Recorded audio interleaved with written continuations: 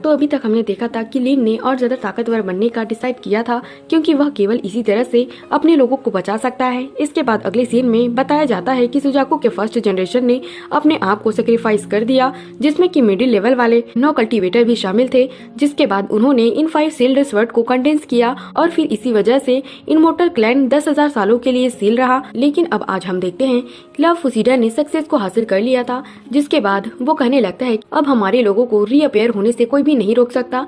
और फिर हम देखते हैं कि वह अपने पावर का यूज करना शुरू कर देता है ताकि वह यहाँ पर लगे हुए बैरियर को तोड़ सके। मगर तभी वह कहने लगता है कि उस बैटल की वजह से मैं वर्ल्ड को बचाने के लिए कुछ भी नहीं कर सकता। इसके बाद वह कहने लगता है कि मैं केवल अपने लोगों को मरते हुए देख सकता हूँ, लेकिन आखिरकार अब तो मैंने बहुत सारे लोगों के लंगबीटी तलिस्मान को टेबर कर दिया है, लेकिन इसके बाद भी मुझे एंसेस्टर के रूप में माना गया, जिसके वजह से तो मैं सच में अपने क्लैन के लिए पापी हूँ। मगर अब हम देखते हैं कि वह इसमें इतने आसानी से हार मानने वाला नहीं होता और फिर कहने लगता है कि मुझे तो इस इमोर्टल ट्री को रिप्लेस कर देना चाहिए, जो कि उन 5 स्वर्ड के द्वारा सील है। इसके बाद हम देखते हैं कि वह अपने सोल को सेक्रीफाइस करने के लिए रेडी हो गया था, जिसके बाद हम देखते हैं कि इस तरह से वो यहाँ के बैरियर को भी तोड़ देता है। और फिर वह कहने लगता है मैं तो अपने क्लैन के लिए मरने के लिए भी रेडी हूँ, ताकि इस तरह से मैं अपने इमोर्टल क्लैन को अर्थ के ऊपर भेज सकूं।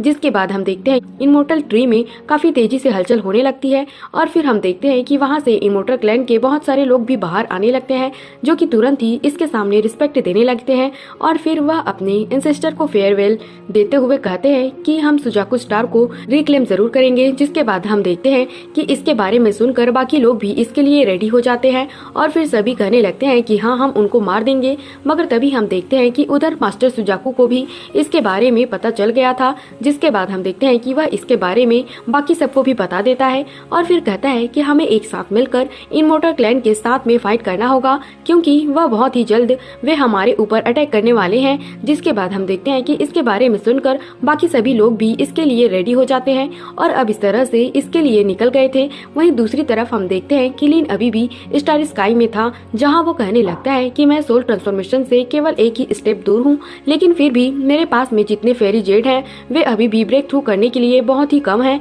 इसके बाद वह कहने लगता है कि इमोर्टल जेड को खोजना बहुत ही मुश्किल है, इसलिए ऐसा लगता है कि मुझे सोल रिफाइनिंग सेक्टर में वापस जाना होगा ताकि मैं सीनियर डुंटियान से इसके सोल्यूशन के बारे में पूछ सकूं। लेकिन तभी इसी वक्त हम देखते हैं कि उसे इमोर्टल ट्री दिखाई देता है, जिसे देखकर वो पूरी तरह से हैरान हो गया था।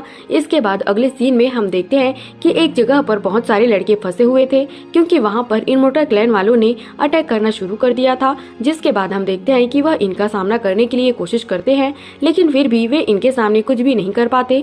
मगर तभी हम देखते हैं कि एक लड़का इन पर काफी गुस्सा हो जाता है और फिर कहता है कि अगर हिम्मत है तो सामने क्यों नहीं आते।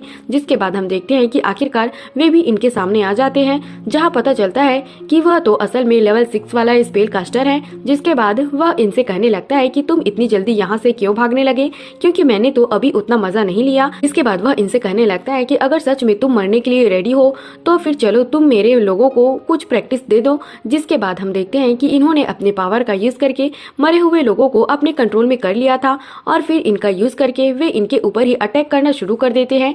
लेकिन इसके बाद भी हम देखते हैं कि एक लड़का इतने आसानी से इनके सामने हार मानने वाला नहीं होता और वह फिर से अपने पावर का यूज करके इनके ऊपर अटैक करने के लिए कोशिश करता है। जिसके बाद हम देखते हैं कि स्पेल कास्टर ने भी अपने पावर का यूज करके इनके ऊपर अटैक कर दिया था, जिसे देखकर वो लड़का अपने पावर का यूज करके इसे रोकने के लिए कोशिश करता है। लेकिन इसके बाद भी हम देखते हैं कि वह इसके सामने ज्यादा कुछ नहीं कर पाता और फिर आखिरकार वो भी इसमें हार जाता है। वहीं हम देखते हैं कि स्पेल कास्टर इन पर काफी गुस्सा हो गया था, इसलिए वह अपने पावर को फिर से एक्टिवेट कर लेता है ताकि इसका यूज करके वो इनको मार सके। लेकिन तभी इसी वक्त हम देखते हैं कि लिन यहाँ पर आ गया था, जिसने कि अपने पावर का यूज करके इसे बहुत ही आसानी से रोक दिया था। तब इसे देखकर वो कहने लगता है कि यह तो सोल ट्रांसफॉर्मेशन में है और अब इसीलिए हम देखते हैं कि वो अपनी जान बचाने के लिए वहाँ से भागने लगता है।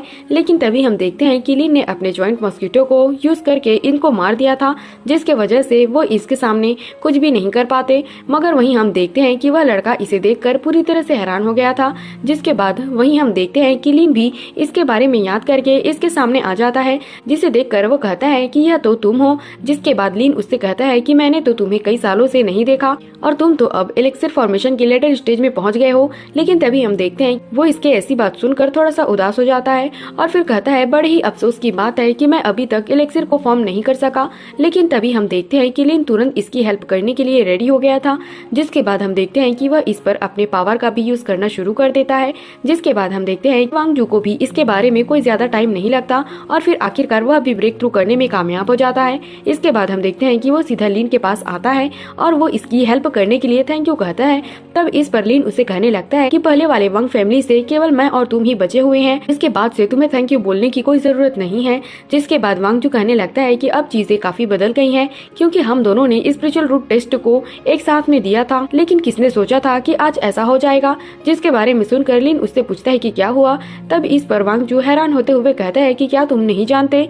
तब इस पर लीन उसे कहता है कि मैं काफी टाइम से सुजाकू स्टार में नहीं हूँ। जिसके बाद हम देखते हैं कि इसके बारे में सुनकर वांग जू इस बात से और ज्यादा हैरान हो गया था और फिर सोचने लगता है कि लीन तो गॉड से भी ब्रेक थ्रू कर सकता है। इसके बाद वो सब बताने लगता है कि 3 साल पहले इनमोर्टल क्लैन ने सुजाकू स्टार के ऊपर अटैक कर दिया। जिसके बाद यहाँ के सारे कल्टीवेटर कंट्री मिलकर उनका एक साथ में सामना करने लगे। लेकिन मैंने यह उम्मीद नहीं किया था कि इनमोर्टल क्लैन का प्लान इतना खतरनाक होगा, क्योंकि उन्होंने चुपके से पहले से ही 9 कल्टीवेटर को भेज दिया था जो कि बड़े वाले कल्टीवेशन कंट्री में फैल गए और वह सभी 9 लोग असल में अब किसी इम्पोर्टेंट पोजीशन पर हैं। फिर वह कहने लगता है कि भले ही उसमें से 5 लोग एक्सपोज हो गए, लेकिन इसके बाद भी उन्होंने एक साथ में बहुत ही अच्छे से कोऑपरेट किया।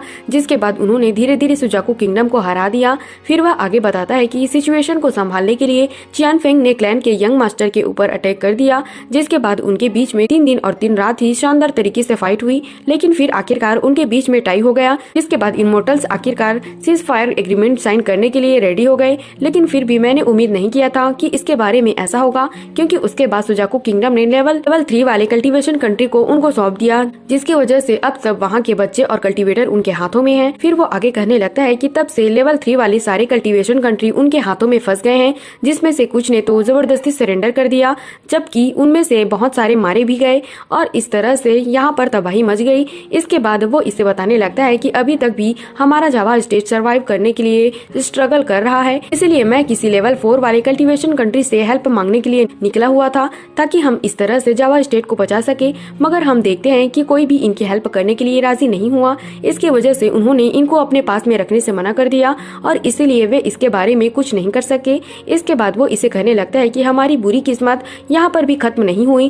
क्योंकि वापस आते समय इनमोर्टल क्लैन ने फिर से हमारे ऊपर अटैक कर दिया। इसलिए मुझे ऐसा लगता है कि जावा स्टेट भी अब ज्यादा टाइम के लिए कुछ नहीं कर सकता और यह भी बहुत ही जल्द खत्म हो जाएगा। मगर तभी हम देखते हैं कि वो इसके बारे में लीन से हेल्प मांगने लगता है और फिर इससे कहता है कि क्या तुम जावा स्टेट में चल सकते हो। जिसके बाद हम देखते हैं कि लीन भी आखिरकार इसके लिए मान गया था। वहीं बाकी लड़के अपने एल्डर से बात करने लगते हैं कि यह सीनियर तो अमेजिंग है, लेकिन क्या वो सच में जावा स्टेट को बचा सकेंगे। तब इस पर एल्डर कहता है कि अगर उसने हमारा हेल्प किया तो फिर इसका मतलब है कि वह दोनों ही साइड से एनिमी हो जाएगा, जबकि आज का सिचुएशन तो बहुत ही खराब है, जिसकी वजह से कोई भी इस दलदल में अपना पैर नहीं रखना चाहता। वहीं दूसरी तरफ हम देखते हैं कि एक आदमी अपने वाइफ और बच्ची के साथ में भाग रहा था, जहां उसकी वाइफ कहने लगती है कि वे लोग 2-3 बच्चों को लेकर चले गए, लेकिन क्या तुम जिस जगह के बारे में बात कर रहे थे क्या वह हमारी बच्ची को सेफ रख पाएगा। तब इस पर वह आदमी कहता है कि मैं भी इसके बारे में पूरी तरह से श्योर नहीं हूँ, लेकिन मेरे ग्रैंडफादर ने एक बार बताया था, जिसके अनुसार मेरे वांग फैमिली के पास में एक एंसेस्ट्रल मोटो है, जिसकी वजह से अगर कोई भी तबाही आती है तो फिर वह हमारी जान जरूर बचाएगा। तब इसके ऐसी बात सुनकर उसकी वाइफ उससे पूछती है कि आखिरकार उस एंसेस्ट्रल हाउस में ऐसा मैजिकल क्या है। जिस पर वह आदमी कहता है कि जब मेरी वांग फैमिली बेजिंग में एंटर हुई थी तो उसके पहले उस फैमिली में ग्रेट मैजिकल पावर वाले एक इमोर्टल थे, जिनको की एंसेस्टर के रूप में रिस्पेक्ट दिया जाता है। लेकिन फिर भी अब इस बात को तो कई साल हो गए हैं, जिसके बाद मैं नहीं जानता कि वहाँ पर कुछ होगा या नहीं होगा। जिसके बाद उसकी वाइफ कहने लगती है कि मुझे नहीं पता कि कैपिटल में सारे इमोर्टल कहाँ चले गए, और इसीलिए कहीं ऐसा तो नहीं कि अभी भी उनका कोई प्रोटेक्टर है। जो सीन दिखाते हुए यह एपिसोड यहीं पर खत्म हो जाता है। तो अगर आपको एक्सप्लेनेशन अच्छी लगी हो तो हमारे चैनल को सब्सक्राइब और लाइक जरूर करना। Thanks for watching.